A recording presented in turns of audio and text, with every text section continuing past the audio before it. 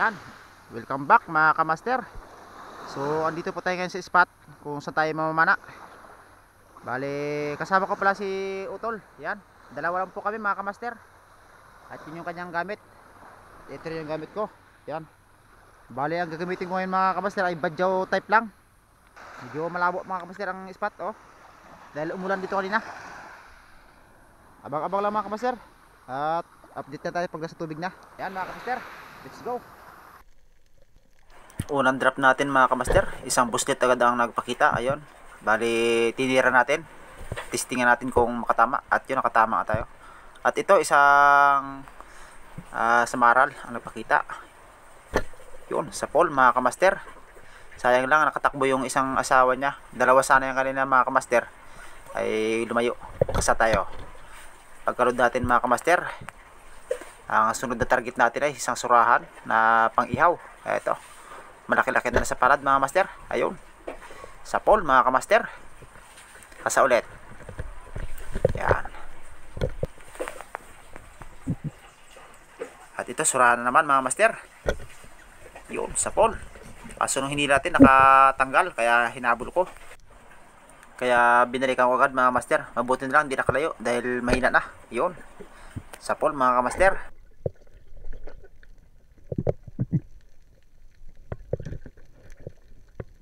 Agad-agad ako nag-load mga kamaster kasi may narinig akong nagnagabog sa parting unahan ko. Kaya kumuha muna ako ng hangin at binalikan ko agad mga master. At nung pagbalik ko, dalawang ketong fish kaso lumayo yung isa. Kaya itong malaki-laki hinablo ko. Ayun, sa pool mga master. Ayos. Nakabili naman tayo ng isang ketong fish mga kamaster or samaral na kung tawagin sa amin ay barangon. Yan, ayos mga kamaster. Sana madagdagan pa natin to. Kasi unang dive natin to ngayon mga kamaster. Bali, maigsi na ang dilim. Madaling araw tayo lumusong. Halos lumusong tayo alas 2 na ng madaling araw. At ito, nakakita tayo ng isang kargador. Kinuha ko na dahil paborito yan ng tatay ko. Bali dito mga kamaster, nakakita tayo dito ng isang tarian sa butas. Kaya kinuha na rin natin mga kamaster. Ayun, sa pole. Masarap ito mga kamaster sa paksiw. Prito itong mga gatong isda. Yan, at ito isang mangok na naman. Yun, sa pole mga master. Bali, wala na itong pili mga kamaster kasi unang dive pa lang naman natin at mailap ang mga ibang isda.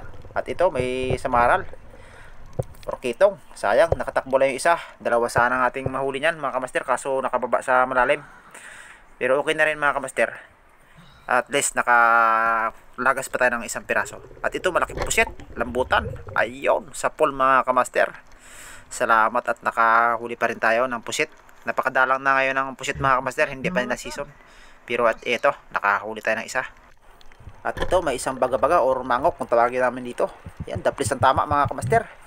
Kaya dinakot ko agad mga kamaster, sayang pa rin, karagdagan pa rin to. Kapag ganyan mga kamaster, tinutusok ko lang sa ibang part. At dito, pag baba ko mga kamaster, may nakita akong malaking ketong fish. Ayun, mabuti na lang, na-corner natin. Kung nakalusot sa butas yun mga kamaster, kung may lagusan, baka hindi natin ito nahuli. At eto, salamat at nahuli pa rin natin mga master. Malapad-lapad to.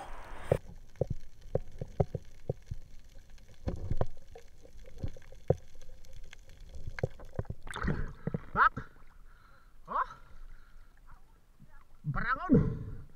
Kalalaki!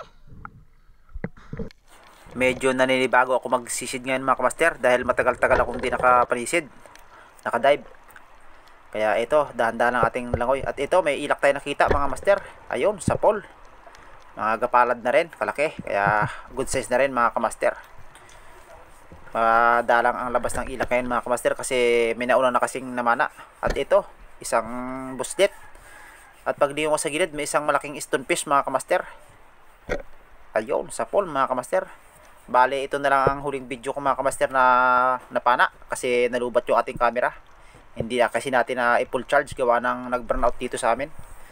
Pero ayos na rin mga kamaster. Nakabawi na rin tayo. Kali ingatan nyo lang mga kamaster, humuli ng mga gatong klaseng isda na stonefish. Napaka-binumos kasi ito mga kamaster kapag itong nakatinik yung sa parting likod niya. Kaya ingat mga kamaster. So ayan mga kamaster, karating lang. Medyo inubagan na tayo ng dating kasi naglakad pa tayo pauwi sa bahay mga kamaster. Ayan, ito nga pala yung ating nahuli mga kamaster.